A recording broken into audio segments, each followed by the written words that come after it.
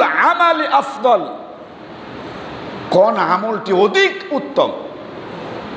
নবীজি বললেন ফাকালা ঈমানুম বিল্লাহি ওয়া রাসূলিহি, যেই ব্যক্তি আল্লাহ এবং তার রাসূলের উপর ঈমান আনে।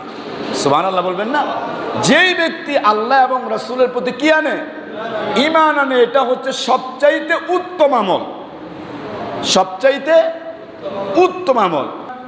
তারপরে সর্বোত্তম আমল কোনটি?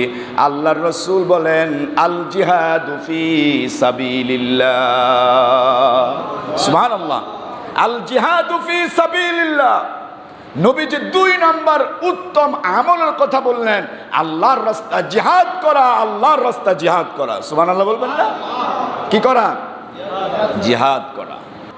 ইয়া রাসূলুল্লাহ, ইয়া হাবিবাল্লাহ, এবার বলুন সর্বোত্তম আমল কোনটি? আল্লাহর রাসূল বললেন হাজ্জুন